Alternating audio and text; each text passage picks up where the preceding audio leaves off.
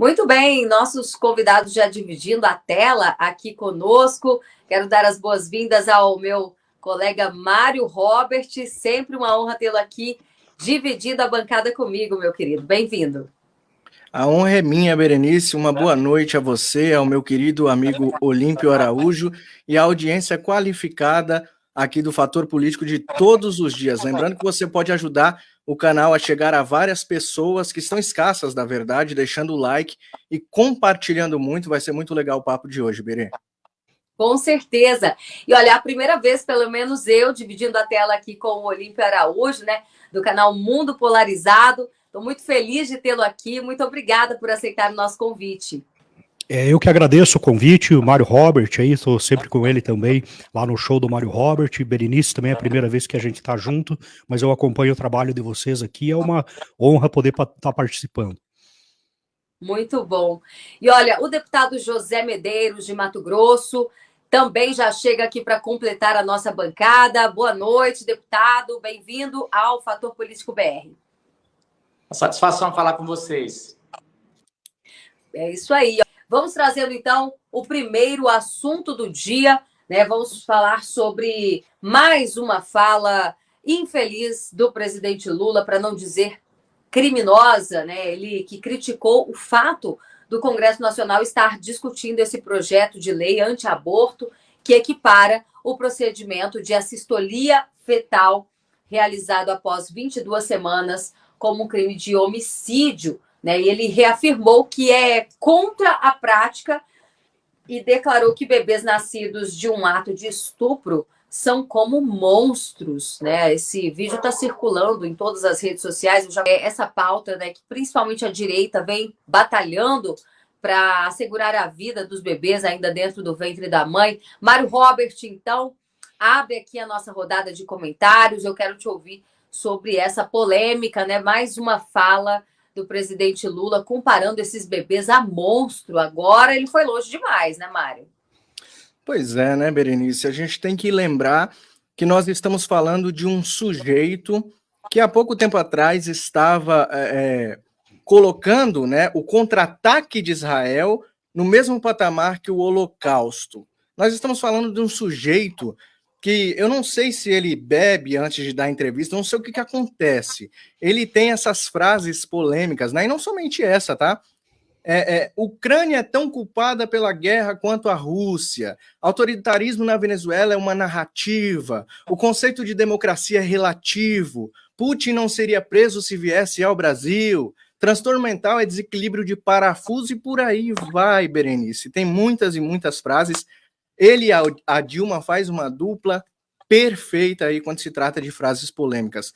Mas aqui é uma frase realmente de uma pessoa que não conhece, né, um desgraçado, e quando eu chamo ele de desgraçado, é uma pessoa que não conhece ou não foi alcançada pela graça de Deus, né? Pessoa comparar uma criança, um bebê, um ser indefeso, dentro de um ventre de uma mãe, que o ventre de uma mãe nós temos que lembrar também que é algo milagroso, é onde nasce a vida, né? Colocar uma criança indefesa como um monstro, olha, sinceramente, o Lula, eu não sei o que ele está querendo fazer, se ele está querendo agradar os seus eleitores abortistas ou ele está querendo desagradar o resto da população, que em sua grande maioria são cristãos, né? O Brasil é um país laico, porém, a sua maioria aqui é de cristãos que defendem a vida desde sua concepção. Realmente, mais uma frase infeliz do Lula. Eu acredito que a Rede Esgoto, a Globo Lixo, vai dizer que foi mais uma gafe. Exatamente, né? Mais uma derrapada, é assim que eles sempre passam pano para o presidente Lula. Deixa eu mandar um abraço aqui para a Sueli Bueno e também para a Graça Monteiro, nossas moderadoras queridas. Inclusive, Graça, fique à vontade para fazer a moderação também do show do Mário Robert, tá? Ela estava perguntando aqui no chat. Bom, mas agora sim já restabelecemos a conexão com o deputado José Medeiros. Deputado, essa pauta da lei anti-aborto tem sido muito cara, principalmente para a direita, que está vivendo de apagar incêndios nesses últimos dias. Incêndios provocados pela própria mídia, né? A extrema imprensa está fazendo o papel de desinformar. Agora vem o presidente Lula e compara esses bebês a monstros. Como é que o senhor define isso? Essa é da série da rinite no útero. Eu me lembro quando eu estava no Senado, uma das proeminentes senadoras do PT falou uma frase muito parecida, que, defendendo a questão do aborto, ela falou que a mãe ficaria ali sem saber se esse menino estava com a rinite no útero, com não sei o quê. Enfim, mas o fato é que o Lula, esse célebre frasista, solta mais uma das suas e, na verdade, a gente sabe o que está acontecendo. Ele está querendo embarcar na onda porque viu que a extrema imprensa comprou a ideia de fazer o pensamento raso, de distribuir fake news, porque o projeto não fala nada sobre questão de pena maior para a mãe do que para estuprador. O estuprador lá não é tema da discussão.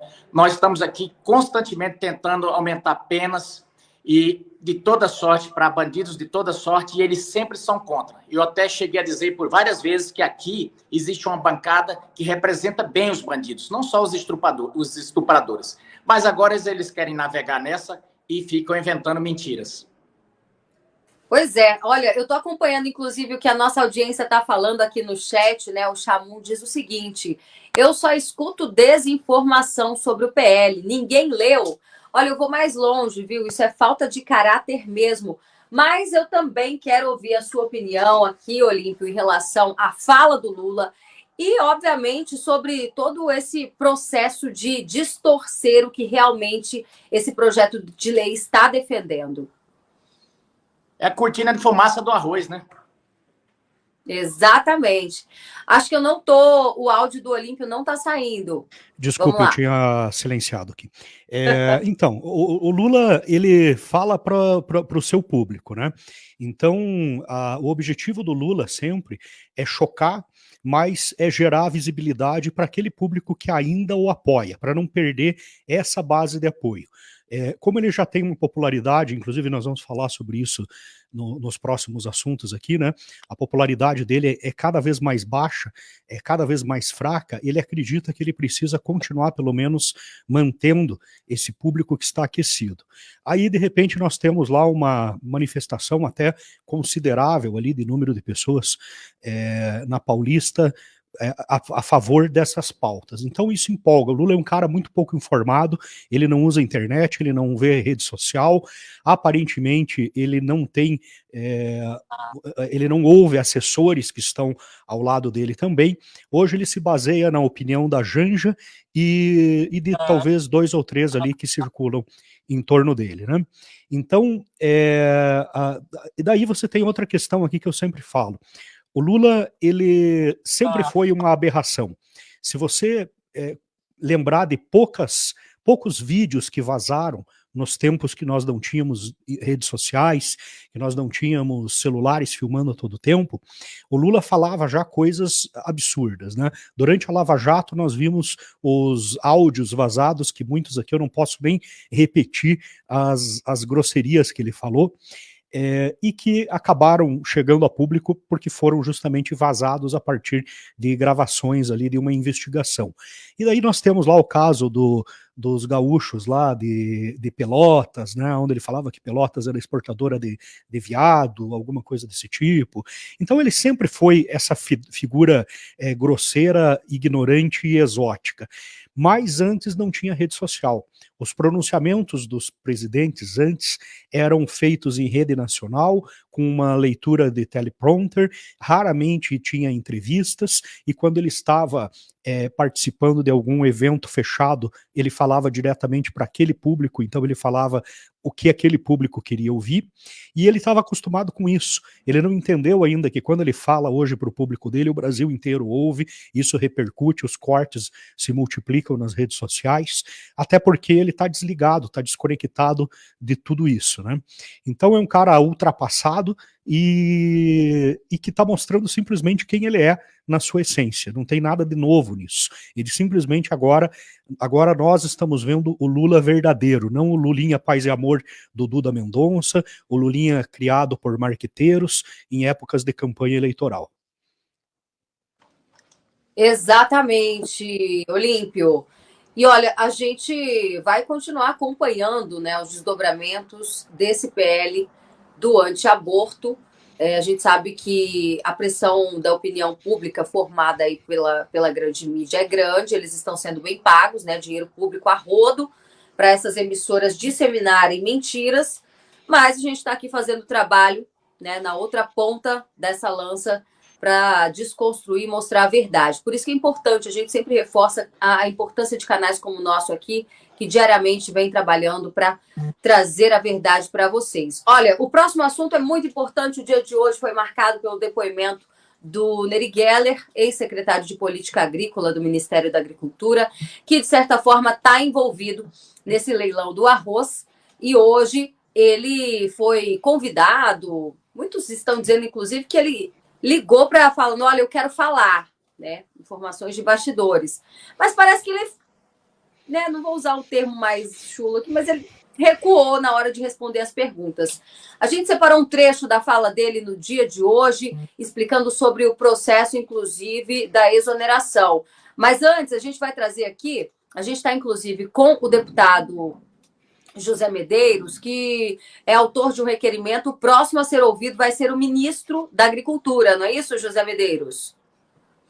Perfeito. A vinda hoje do ex-ministro e ex-secretário Neri Geller reforçou ainda mais a necessidade da gente ouvir o Carlos Fávaro, ouvir o Pimenta, o Rui Costa e o Paulo Teixeira também, porque mesmo não sendo o que alguns esperavam, mas ele jogou o arroz lá para o Planalto, e a gente percebeu que não tem como o presidente da República não estar no meio disso, porque ele disse bem claro que foi levado tudo para o Planalto, tudo foi feito lá, as decisões. Então, a gente quer ouvir, inclusive, o presidente da Conab também. Mas o mais importante é que antes a gente pensava que era só um arroz, né? Agora a gente já sabe que o guisado foi mais além. Era uma mistura, na verdade era uma paeja, né? Arroz com lula e o tempero era bastante pimenta. E eu te digo mais, viu, deputado? Desse arroz vai sair um laranjal, pelo que a gente está vendo. É um grande esquema de laranjas. O que a gente está sentindo é que, e vamos investigar, mas o que já conta nos corredores aqui, é que ali virou um balcão de negócio ali naquele Ministério da Agricultura. O senhor Carlos Fávaro não é à toa que está balançando, o pescoço dele já está na forca aí, mas tem um outro elemento interessante que ele trouxe hoje, que o Neri trouxe, é que o chefe geral da coisa, pelo menos o responsável pelo leilão, um dos responsáveis, mas estava no ministério dele, é o senhor Paulo Teixeira, né, que até agora, que eu me lembre, o grande ato dele foi a inauguração do letreiro do ministério dele. Então, nós estamos ávidos para ouvir o que o ministro tem a dizer amanhã. E, lógico, a gente já espera que ele vai vir com a conversa de bebo para delegado, mas a gente vai fazer as perguntas e estamos caminhando. Faltam poucas assinaturas para a CPI da Paeja. Pois é, o Paulo Teixeira, inclusive, foi ele que, no dia da entrevista coletiva, onde estava ele e o ministro Carlos Fávaro anunciando a exoneração do Neri Geller, ele falou para um dos jornalistas que isso não tem importância, não foi isso? Que ele cortou um dos jornalistas? Ele disse que não interessa. Lógico que não interessa, né? Porque no governo do PT é o seguinte, tem a máxima, é que nem dizia o Mão Santa, o PT, quando não está mentindo, está roubando, quando não está roubando, está mentindo. E hoje, quando não está fazendo isso, está jogando a culpa para os outros, tirando o corpo fora. Agora mesmo eles estão num debate aqui que a economia está enderrocada por causa do presidente do Banco Central. Eu falei, isso é a mesma coisa do sujeito se endividar bastante e culpar o gerente do banco. Desse jeito. Bom, mas a gente separou dois trechos da audiência no dia de hoje. O deputado Rodolfo Nogueira, que também é do PL do Mato Grosso do Sul, fez duros questionamentos, já que Neri Geller ficava o tempo todo ali se desviando, né, das respostas. Vamos ver. E nós sabemos que 7 bilhões e 200 milhões de reais foram destinados à compra de leilão. Cadê o dinheiro?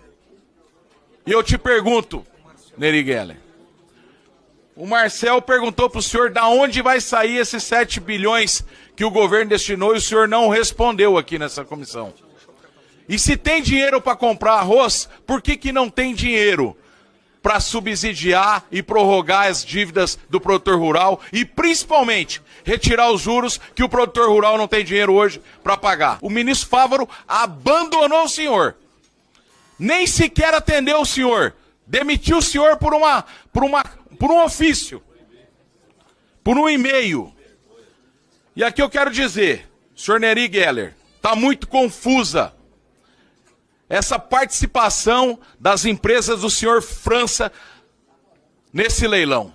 O senhor França que é sócio do seu filho. O senhor França que é sócio da GF Business. Mas também é dono da Foco que participou do leilão. Isso é muito confuso. Isso pode manchar, sim, a reputação do senhor. E o senhor tem que trazer aqui hoje, o senhor tem uma chance de trazer a verdade. Obrigado. Tá aí. Hoje ele teve a chance de mostrar a verdade, mas talvez ele ainda não esteja se sentindo seguro, Mário Robert, ou ele ainda esteja aberto para negociar com o governo de onde ele vem, né? Qual que é a sua opinião?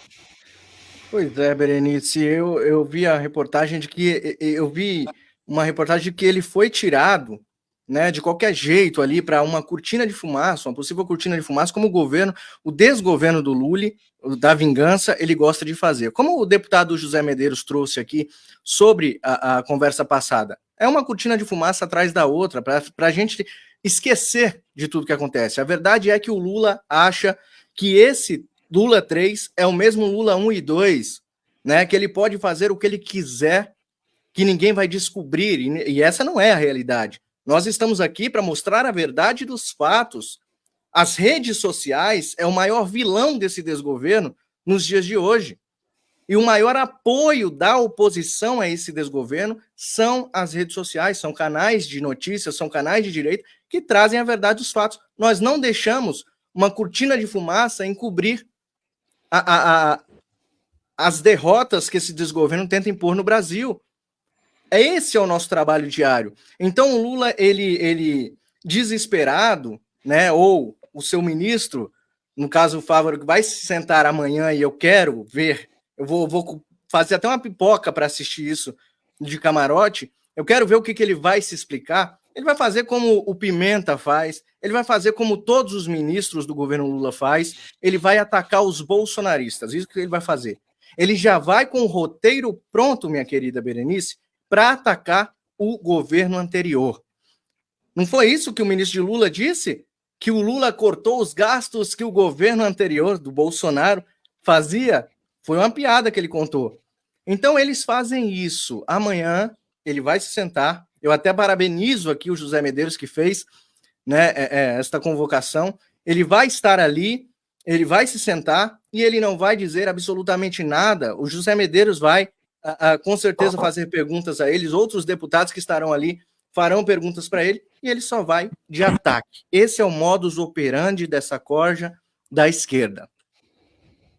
Agora, deputado José Medeiros, antes de passar aqui para o Olímpio, eu estou me recordando, porque eu sou de Mato Grosso, o senhor é de Mato Grosso, e o Neri Geller e o Carlos Fávaro também. O senhor conhece eles muito bem, né? Principalmente essa vida política. O que o senhor espera desse depoimento de amanhã? É o que foi dito aqui pelo Olímpio. Olímpio, estou trocando os nomes, né? Pelo Mário. Vai ser uma conversa de bêbado para delegado, de bêbado para delegado, mas com um bêbado bastante agressivo. O que a gente espera aí, já pegando subsídio até para a CPI, que a gente espera que saia. E aí, quanto à história do Neri e do Fávaro, até explica um pouco o fato do Neri, da semana passada para cá, ter, vamos dizer assim, começado um discurso mais soft. Muito provavelmente ele foi chamado pelo grupo dele lá, principalmente o Eraí, e falou para ele não carregar tanto nas tintas para ver se consegue manter o Fávaro. Até porque tem um leilão de milho aí que o Fávaro vai precisar explicar, e se for o que a gente está ouvindo, parece que é maior do que o arrozão. Então, diante dessa coisa toda, a gente consegue entender o porquê também que o Neri foi demitido a toque de caixa, sendo que tinha tantos outros mais envolvidos até, mas também é uma rixa local, paroquiana, porque eles são da mesma cidade, disputam o amor do Eraí, que é uma espécie é uma espécie de patrão ali do Fávaro, né? E também financia o Neri. E aí, o que acontece? No meio do Congresso e na frente parlamentar, o Neri detém mais prestígio e tem mais trânsito. Ele tem uma característica mais humilde, e o Fávaro, ele é uma espécie assim, muito arrogante com os de baixo, que ele considera inferior, e no caso, o jeito dele se portar já demonstrou que, como ele é senador e ministro, ele considera que a Câmara como se fosse uma casta inferior. Então, toda vez que ele vem bastante agressivo, mas esse já é o perfil dele mesmo. Draconiano com os de baixo e subserviente com os de cima. Esse é um pouco do perfil dos dois. O Neri, ele tem vamos dizer assim, uma sobrevivência, um instinto de sobrevivência muito grande, mas para mim que dessa vez ele está sendo enganado. Eu até avisei na minha fala, eu disse o seguinte: vai acontecer com você a mesma coisa que aconteceu com o Luiz Antônio Pagu, que era do DENIT de Dilma. Eu falei, foi a mesma fritura, e até hoje, quando alguém procura Luiz Pagu no Google, o que vem é a questão da corrupção ainda lá do governo Dilma. Eu falei, se eu fosse você, aproveitava essa oportunidade para limpar o seu currículo, se as coisas são do jeito que você está falando. Mas, infelizmente, essa oitiva de hoje foi muito positiva para a oposição, mas eu diria péssima para o Neri, porque ele não aproveitou todo o tempo que teve para limpar o seu lado, e sim ficou ali numa meia coluna, um no cravo, outro na ferradura, e não ajudou muito ele. Eu também percebi isso. Eu quero te ouvir, Olímpio, mas antes, coloca pra gente, produção, um trecho da fala do Neri Geller tentando responder alguns questionamentos. Vamos ver. Eu notifiquei, então, acusando o recebimento do pedido de demissão e pedindo uma ratificação que esse pedido não se dava a pedido, que a minha demissão não se dava a pedido.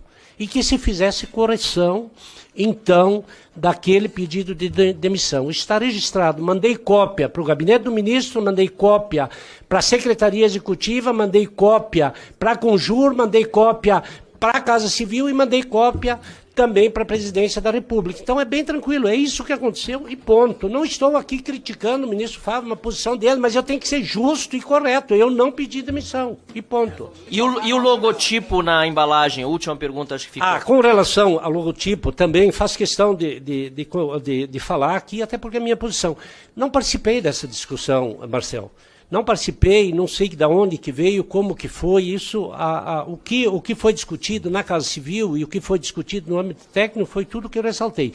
Com relação ao emblema, a forma de embalagem, eu não participei dessa discussão. Obrigado, Neri.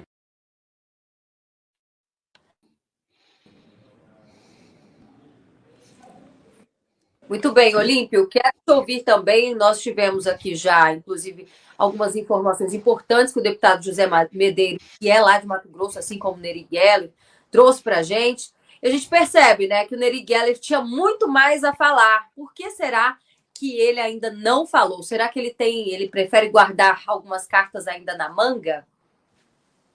Bom, para falar sobre o Neri Geller, nós temos que entender como que funciona uma organização criminosa.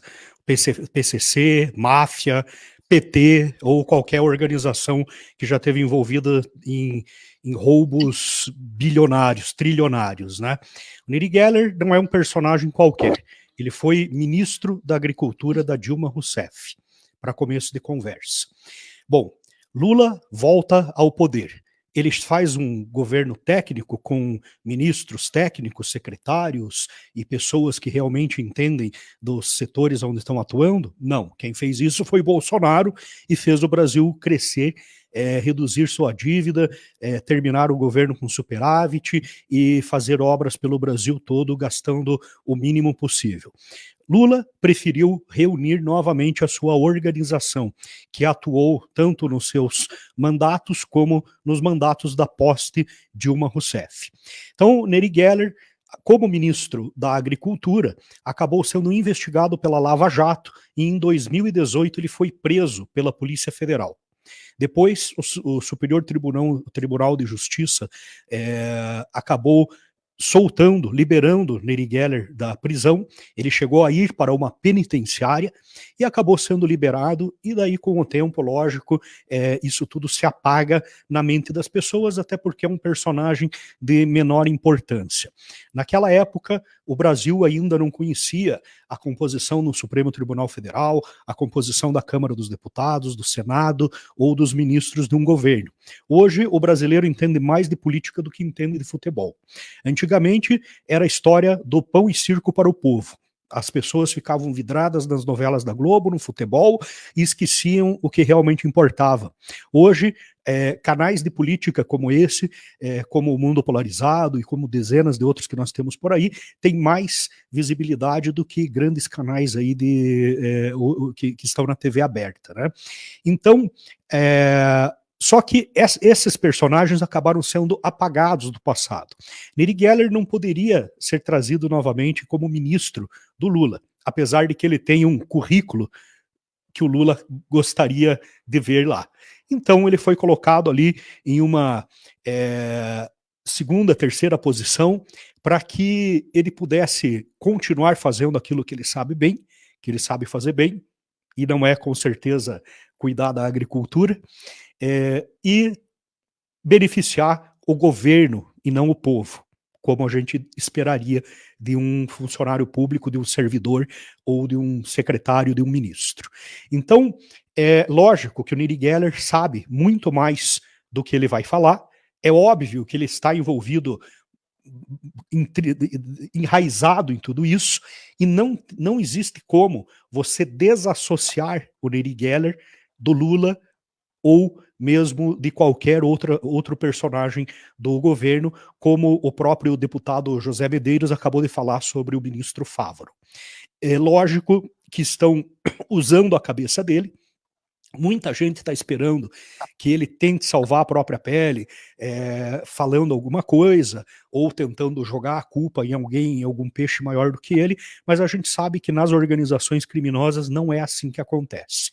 Ele vai ser protegido, como todos os corruptos que já passaram pelos governos Lula, mesmo que ele chegue a ser processado e enfrente algum tipo de penalidade, ele não vai para a cadeia, não vai acontecer nada com ele, e com certeza ele já está garantido também financeiramente, e talvez até num futuro bem mais breve, em algum outro cargo político, se não no governo federal, numa estatal, numa prefeitura, em um governo de estado do PT, ou seja lá o que for. Porque ele faz parte desse grupo, dessa organização, e ele é um cara que já sabe fazer o que tem que ser feito, tem coragem para fazer isso, cara de pau, audácia, e é a parte da profissão dele. É a mesma coisa que você entrevistar um cara que faz parte do PCC, e ele vai falar para você que aquilo é o trabalho dele, que ele ganha para aquilo, que ele tem orgulho daquilo que ele faz, e que se ele não tiver, e que tudo o que o PCC mandar ele fazer, ele vai fazer. Hoje ele vai ter que assaltar um banco, amanhã vão chamar o cara para matar alguém lá no Maranhão, depois ele vai estar aqui no Paraná ajudando em algum, porque a organização criminosa manda, ele faz, ele tem a proteção garantida e tem também os seus benefícios garantidos, né? É isso que acontece no PT, e aí, infelizmente, a gente vai continuar vendo isso. É a cena do crime? É isso daí, voltaram para a cena do crime.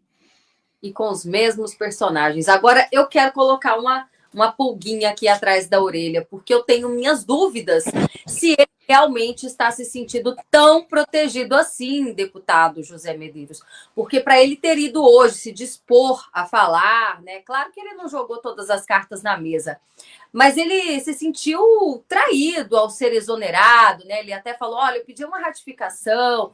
Será que ele realmente tem toda essa certeza de que, tudo bem, se ele está realmente envolvido até o pescoço nesse esquema de corrupção, será que ele tem essas garantias de que não vai ficar preso, né? De que, porque até a semana passada ele usou o termo de boi de piranha, né? O bode expiatório. O que será que está passando naquela cabeça? É o que a gente fica aqui pensando, deputado.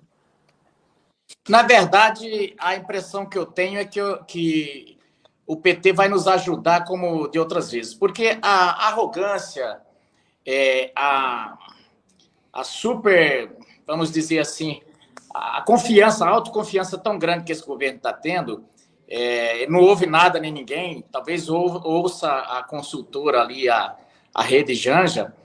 É possível que, foi como o Olímpio falou, é um personagem menor e eu tenho a impressão que eles não vão dar proteção nenhuma, não.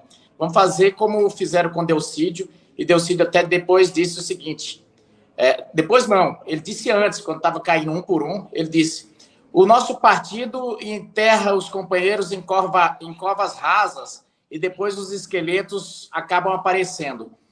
A impressão que eu tenho é que eles vão fazer o mesmo script e em breve a gente vai ter mais notícia de outros escândalos. Basta ver, como o Mário falou aí, a volta à cena do crime, o Vacari já está lá na Petrobras, e eles vão passando o rodo porque agora eles estão mais ou menos assim. A gente domina tudo. E eu reafirmo, eles estão enganados em relação ao STF.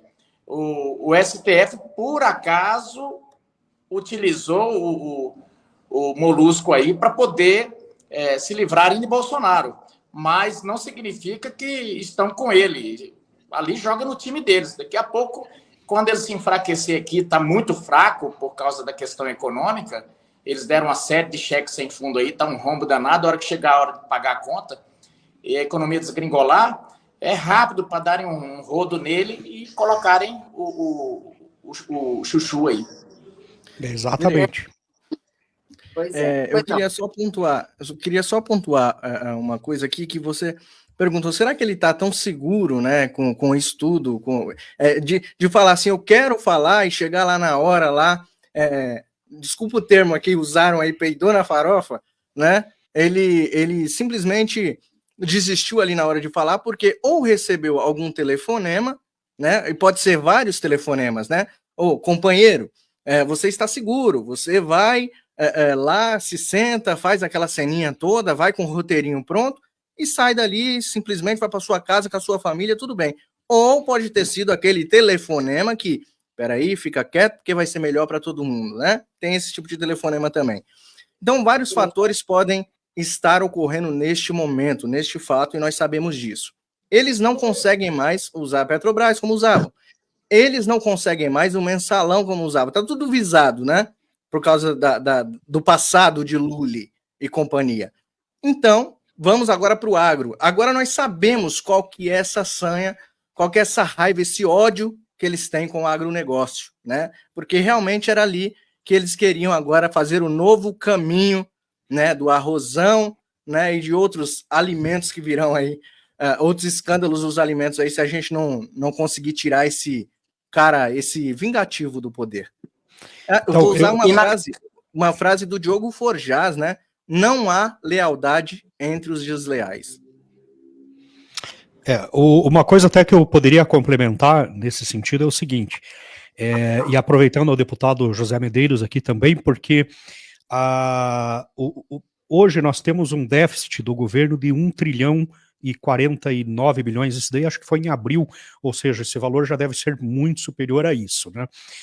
Atualmente a gente já viu aí algumas inconsistências contábeis no governo também de 109 bilhões, ou seja, o TCU já está dizendo que não sabe para onde foi parar 109 bilhões, além de outros penduricalhos lá que podem passar de 200 bilhões nessa conta toda desse déficit. Nós não estamos vendo obras, nós não estamos vendo programas sociais prometidos, não foi feito absolutamente nada. As poucas coisas que foram feitas no governo Lula em 2023 foram continuações de obras ou de prestações que já estavam no orçamento do governo anterior e que tinham que ser dado continuidade, e o Lula inaugurou ou entregou como se fosse dele. De lá para cá não foi feito absolutamente nada. Então nós podemos, o arrozão, ele é só uma pontinha do iceberg. Há alguns dias o senador Cleitinho também divulgou outros superfaturamentos em compras de produtos ali, arroz, feijão, e era uma compra de poucos milhões ali, mas era uma coisa absurda, onde uma lata de sardinha que custava menos de R$7 foi comprada por R$88, e foram mais de 5.000 latas de sardinha. Então o que eu quero dizer com isso é que em mais de 1 trilhão de déficit público hoje, de um governo que pegou o governo anterior com um superávit de 59 bilhões, o que está sendo feito com esse dinheiro se nós não estamos vendo nada? Eu acredito que, se for investigado a fundo, o arrozão é só um arrozinho, é só um grãozinho de arroz dentro de tudo isso, e a gente pode estar dentro do maior esquema.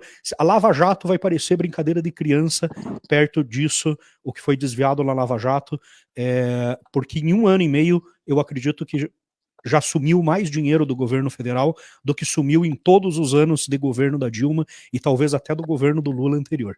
Se a gente for analisar o que foi gasto e o que não foi entregue para cá. Então, a gente pode estar vivendo hoje, sem ainda ter provas concretas, o maior esquema de corrupção da história da humanidade. Verdade. Deputado, o senhor também queria complementar? Pois não. Não é só complementando sobre a questão do Neri, a lealdade ali não é nem tanto ao governo, ao PT. A lealdade ali é o grupo dele, porque o grupo do Fávaro e o grupo dele é o mesmo. Quem capitaneia, quem cuida disso tudo é aquele maior produtor do mundo aí, que é lá do estado, o Eraimagem. E na verdade, eu nem acreditava, eu falei para o Evaí, vai acontecer das duas uma. Ou o Neri não vai, ou o Neri vai chegar lá e não vai falar nada. E ele falou, não, ele vai. De fato, o Neri acabou não falando o que a gente esperava. Agora, sim, nos deu o que a gente precisava, que era saber quem eram os pais desse esquema, né? E quem estava... Sim, deu nome aos bois de toda eu diria, os responsáveis pelo cozido, responsáveis por essa paeja. Exatamente. Não é perda de tempo, né? Não é perda de tempo, deputado. Toda e qualquer convocação que vocês fazem, eu costumo dizer no meu canal todos os dias, não percam a esperança no Brasil e nem na oposição, que no caso são os senadores, os deputados e senadores que estão trabalhando por um Brasil melhor. Toda e qualquer convocação é válida. Ele não disse absolutamente nada do que eles queriam que ele falasse, né, que precisaria falar mais, mas ele falou exatamente aquilo que precisava, ou seja, amanhã a gente vai ter mais. Deu subsídio. E agora a gente quer convocar também o cara do IBGE, né, porque o IBGE errou em 70 milhões de anos aí, então se está errando nessa questão aí da idade da Terra, em que mais está errando? A gente quer ouvir isso também. Sim. Com certeza, o Pokémon lá, né? Eu sei quem que é que você está falando. Indicado pelo Lula, inclusive. Gente, esses órgãos estão todos aparelhados, né? Inclusive, o advogado-geral da União, o Bessias, que todo mundo conhece do Bessias, né? Ele está tentando ali, junto com a Conab, atrapalhar as investigações da Controladoria Geral da União, que está encarregada de saber o que aconteceu nesse leilão. Então, muita coisa vai aparecer. E amanhã também vai ser um grande dia. A gente vai ouvir aí o ministro Carlos Fávaro, ministro da Agricultura, e se ele se sair, como foi naquela entrevista coletiva, olha, não sei não, viu? Confio muito aí na habilidade de vocês, parlamentares da nossa oposição, que é forte ali na Câmara. Agora, vamos mudar de assunto, trazer mais uma informação importante, porque, olha, o governo Lula, mais uma vez, registra aí rejeição, né? Com 1 ano e 6 meses no poder, a taxa de reprovação do governo Lula hoje é superior àquelas no mesmo período em que seus primeiros 2 mandatos. Em 2004, a gente lembra que a rejeição do petista estava em 17%. Em 2009, estava em 6%. Agora, o que leva Lula a ser tão rejeitado? Deputado José Medeiros, eu começo querendo a sua análise. Seria, então, o fiasco econômico, a sanha arrecadatória, o preço disparando, o povo não tem dinheiro nem para abóbora mais, né? Porque picanha nem se fala. Eu avalio da seguinte forma. Primeiro que ele não é mais novidade, né? Quando ele entrou, era o exótico, lá em 2003, tudo que ele falava era bonito, o pessoal achava interessante, no mundo inteiro gostavam daquele discurso de combate à fome dele, e com o tempo o véu da realidade foi descortinando. Ele chega agora, e ele gosta de falar, o que é bom é isso, ele falou demais durante a campanha. Ele disse que ia dar picanha, ele disse que ia dar cerveja, disse que ia resolver a guerra da Ucrânia tomando uma cervejinha. Então, quando ele assume o governo, você veja que não sobrou nem uma garrafinha de cerveja para ele tomar junto com o Zelensky e com o Putin lá, né? Então não resolveu nada. E a picanha não veio. Ele veio e disse que pode comer abóbora. Então, e nada ele apresentou, como o Olímpio falou aqui.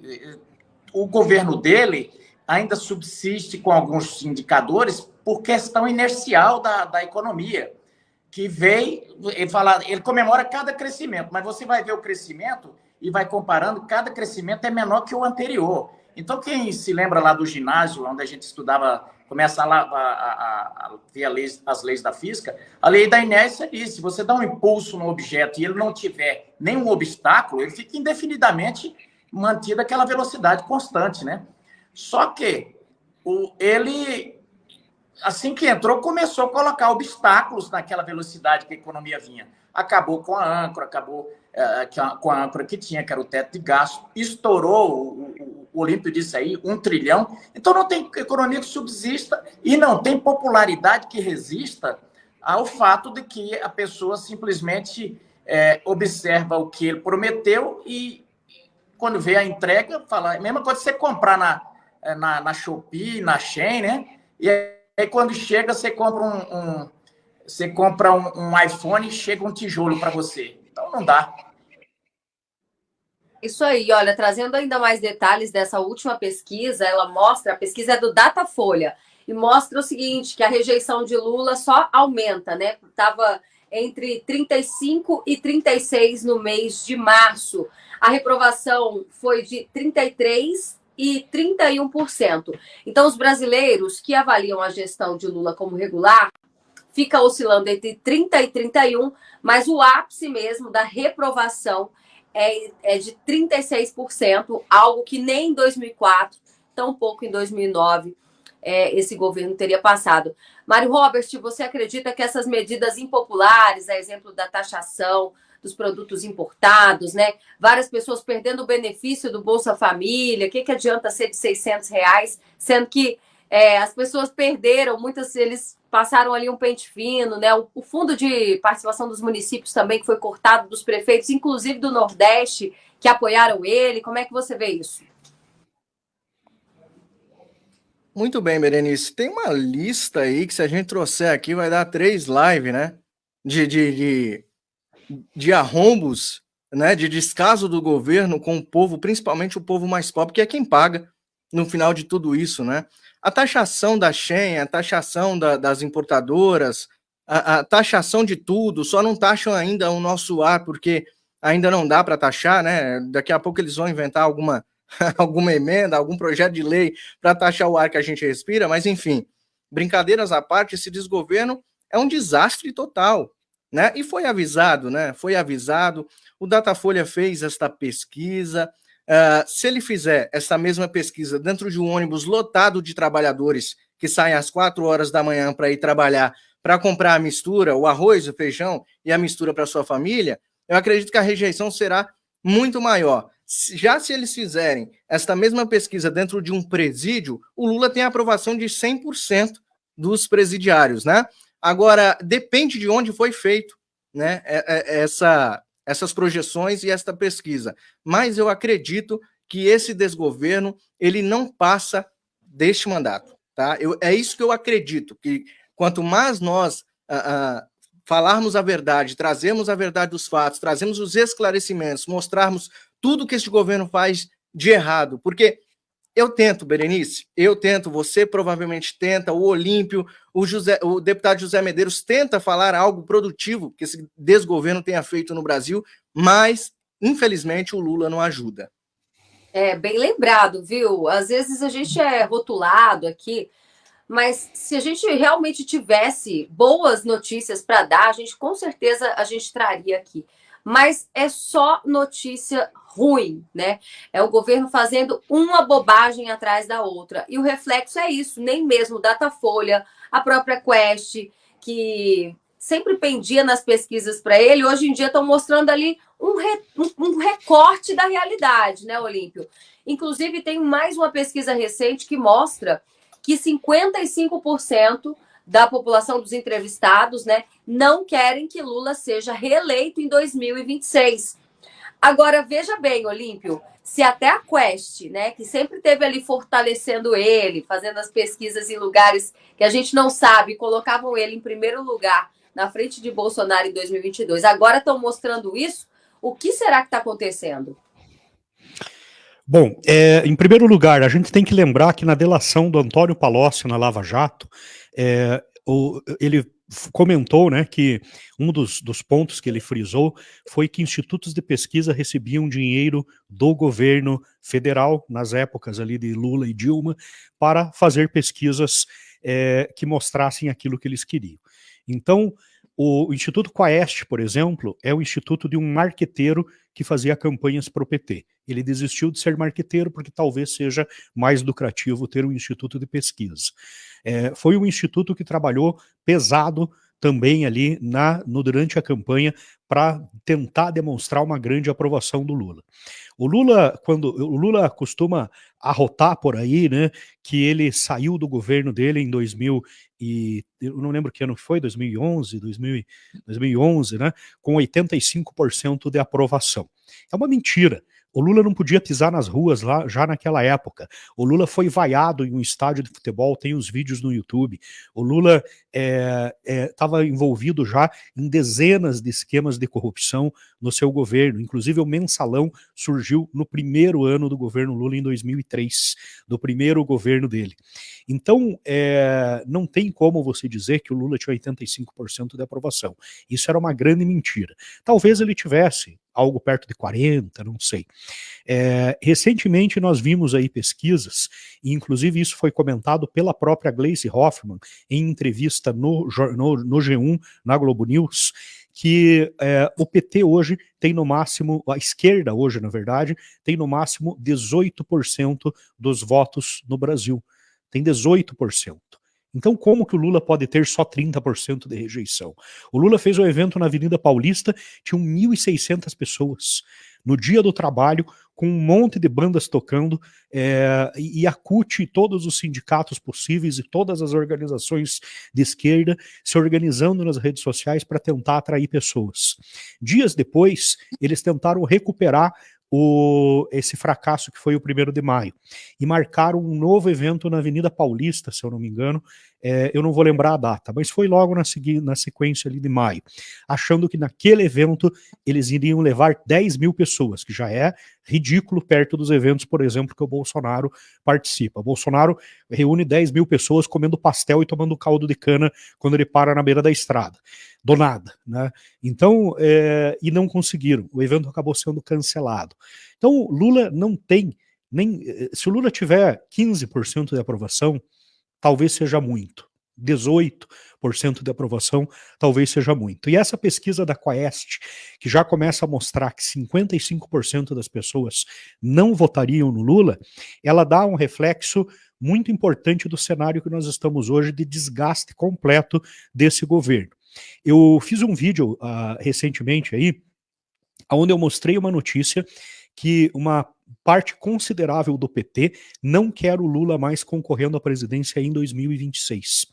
E esse grupo chegou a sugerir para o Lula que ele começasse gradativamente, de uma forma não muito radical, até para não desestabilizar ainda mais o governo dele, a dar a entender que ele não vai concorrer em 2026. Hoje, o Lula fez já logo pela manhã, deu uma entrevista para a CNN e fez uma postagem no Twitter dele, já dando a entender que ele já está velho demais, que ele vai fazer 80 anos, ele não sabe se ele vai estar com a saúde boa para ser presidente de novo, que ele também tem que aproveitar porque ele está no auge da vida dele, e blá blá blá, e um monte de papo furado. Mas, se for preciso, para evitar que os trogloditas voltem ao poder, ele concorre de novo. Ele não vai concorrer de novo. Alckmin já é pré-candidato contra ele, ele perdeu o apoio do establishment, ele perdeu o apoio de todos os partidos que faziam a sua base, o Congresso está contra ele e ele não tem mais aprovação popular. Lula acabou. Eu ainda tenho uma esperança de que em 2025 ou ele saia por bem, ele inventa um problema de saúde ou qualquer outra coisa, e ele saia para dar espaço para que o Alckmin possa talvez tentar mostrar trabalho e se eleger em 2026, ou que alguém tire ele de lá de alguma forma. Sei lá, um impeachment, alguma coisa assim. Isso eu acho menos provável, mas também não descarto a possibilidade. Por qual motivo? 2025 está muito próximo de 2026. E o deputado José Medeiros aqui, não sei se vai concordar comigo, mas nós sabemos que os deputados, em especial os do Centrão, precisam de um palanque político para poder se voltar às suas posições em 2026. E o Brasil cresceu muito, avançou absurdamente na direita. Hoje a direita é a maioria absoluta dentro do Brasil. E grande parte desses deputados do Centrão começaram a voltar a votar junto com as pautas da direita, se aproximar novamente da direita, e se você acompanha as redes sociais deles, eles começaram já a de novo se pintar de verde e amarelo e fazer discursinho de conservador, cristão e tudo mais. Muitos ali que você sabe que chegaram a votar 70% com o governo Lula. Esses caras, para eles voltarem para o poder em 2026, para eles serem reeleitos, eles precisam de um palco. E o impeachment do Lula seria o palco perfeito, assim como foi o impeachment da Dilma, que elegeu muita gente que não deveria estar mais lá. Então, esse desgaste, essa reprovação do Lula é muito maior do que as notícias estão mostrando, mas eles não vão entregar isso de uma vez só. Eles não vão chegar e fazer uma notícia e falar o Lula está com 70% de reprovação, 80%. Eles vão fazendo isso gradativamente. Eles vão queimando e derretendo o Lula gradativamente. E nós já estamos vendo, o Estadão está contra o Lula, Folha de São Paulo está contra o Lula, o UOL, que é do grupo da Folha, está contra o Lula, a Globo, que é a grande defensora do Lula, começa a fazer praticamente todos os dias, ela já dividiu o seu elenco ali, né, porque é um elenco, não são jornalistas, são atores, né, que fazem um papel, aonde uma parte deles detona o Lula e outra parte deles defende até debaixo d'água. Então eles já começaram a falar, vamos ficar em cima do muro, porque talvez a gente tenha que pular para o outro lado. Então o Lula já foi abandonado por todos. Não tem mais chance para ele morrer. A carreira política do Lula morreu, e ele, como um narcisista, megalomaníaco e sociopata, o que ele tem de mais, de maior assim na vida dele é a vaidade. Ele não vai, ele já teve a humilhação suficiente de ficar preso, ele não quer a humilhação de ser derrotado completamente nas urnas em 2026. Então ele não vai concorrer para ser derrotado nas urnas. E o que eu temo é que antes de sair, talvez ele não volte mesmo, ele faça aquele estrago, pelo menos até agora ele está fazendo. Vai fazer. Rápido, vai continuar rápido. Fazendo. Ele vai prometeu. Continuar fazendo. A única promessa que ele está cumprindo é destruir o Brasil. É a vingança. E encher os bolsos para poder continuar viajando com a Janja, né? Ele vai fazer igual o Alberto Fernandes, vai sumir do Brasil quando acabar. O Alberto Fernandes foi para a Espanha, comprou um castelo, comprou uns carros importados, está vivendo como um rei na Espanha com o dinheiro dos argentinos. O Lula vai fazer a mesma coisa. É muita sacanagem, né, gente? Deputado José Medeiros, por falar em processo, ontem a gente deu uma notícia aqui que o STF vai bancar R$350 mil para monitorar as redes sociais todas as pessoas que falarem da corte, do STF. E aí você fica imaginando, esse monitoramento é para fazer alguma coisa com essas pessoas, né? Então a gente arrisca aqui a nossa pele. E hoje quem tomou uma multa foi o Elon Musk, o senhor viu? R$700 mil, porque ele não quis cumprir as determinações do ministro Alexandre de Moraes. Vamos ver até quando a gente pode falar desse assunto aqui no programa, né? Tá ficando difícil. Qualquer crítica é passível de uma punição, né? Tudo que você falar poderá e será usado contra você. Na verdade, nós estamos vivendo o cenário distópico do 1984, né? Um livro muito conhecido aí, onde tudo era monitorado, tudo, né? Então, o cenário está bem difícil. Você veja que tem pessoas que simplesmente são presas. Por quê? Porque criticou, porque falou isso, falou aquilo. Aí depois aparecem as imagens, o cara não tinha falado nada, mas mesmo assim reabre. É um cenário dantesco. Então, a gente espera...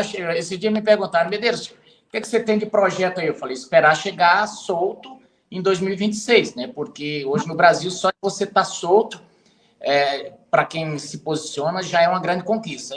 Minha vida agora é direto depoimento na Polícia Federal, e eu tenho mantido a mesma linha de dizer, olha, respeito o seu trabalho, doutor, mas não vou falar nada porque é um julgamento político, é um processo político que não adianta, qualquer coisa que você disser não vai fazer diferença nenhuma.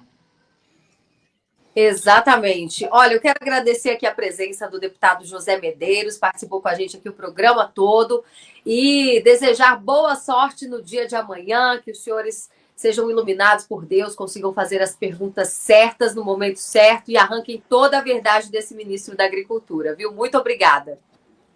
Valeu, eu que agradeço. Um abraço aí pro Olimpo, pro Mário, para você, Berenice. Show. Tchau, tchau. Amanhã a gente se vê lá no Congresso. Mário Robert também, muito obrigada pela sua presença. Foi ótimo tê-lo aqui, né? Eu fico muito feliz de poder dividir a tela com você, meu amigo. Berenice, é sempre uma honra estar aqui, né? Nós que trabalhamos aqui para o crescimento, está crescendo cada vez mais o Fator Político BR. Graças a Deus está chegando mais amigos aí, como o Olímpio Araújo, como o Luan Amâncio, que está no nosso chat aí também, que tem nos ajudado aqui. Está chegando mais e mais pessoas aqui, o nosso ciclo está aumentando aqui e a gente precisa de união. União, neste momento, é um fator crucial. Eu estava vendo o José Medeiros, o deputado, falando, né, que o projeto dele chegar solto, né, até ficar solto até o ano que vem, até 2026, e assim, é cômico, né, e é trágico ao mesmo tempo ver um deputado federal falando uma coisa dessa, né? Ele citou o livro 1984, tá aqui, né? O Grande Irmão está de olho em nós há muito tempo, né? O Grande Irmão está nos olhando há muito tempo, tanto que a gente não pode falar o nome claramente das pessoas que a gente critica, né, do trabalho. Na verdade, a gente não critica pessoas aqui, criticamos o trabalho mal feito destas pessoas, né? E a gente está tendo essa mordaça faz muito tempo. Agora só está usando-se o dinheiro público para isso, né? Mais e mais dinheiro público para isso. Eu que agradeço, Berenice, pelo convite. É uma honra estar aqui mais uma vez. Você que está em casa, deixa o like e compartilha. E aproveita e convida o pessoal para o seu programa, né? Todos os domingos. Sexta-feira eu apresento aqui o Hora Notícia, né, com a bancada sempre ali especial, e também no domingo, às 17 horas, o show do Mário Robert, todo domingo às 17 horas, também com uma bancada toda especial. Sexta-feira eu substituo a grande Berenice Leite, uma jornalista de renome, e eu fico honrado todas as vezes que eu faço aqui esses programas, tá? Muito obrigado, Berenice. Grande, só se for no tamanho, nem no tamanho.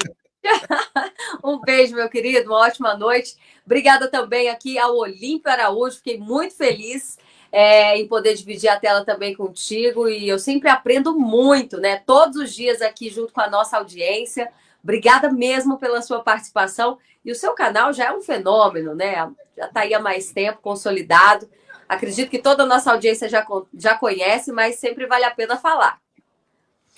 O Mundo Polarizado, eu mesmo fiquei surpreendido, porque eu comecei o canal como a maioria das pessoas aqui. Eu era mais um cidadão indignado com o que está acontecendo no Brasil e querendo dar a minha opinião. Só isso, como todo mundo. Então, eu não esperava que tivesse uma repercussão tão grande. Já o meu primeiro vídeo que eu publiquei era um vídeo, inclusive, sobre o fim do Império da Rede Globo, em 2021.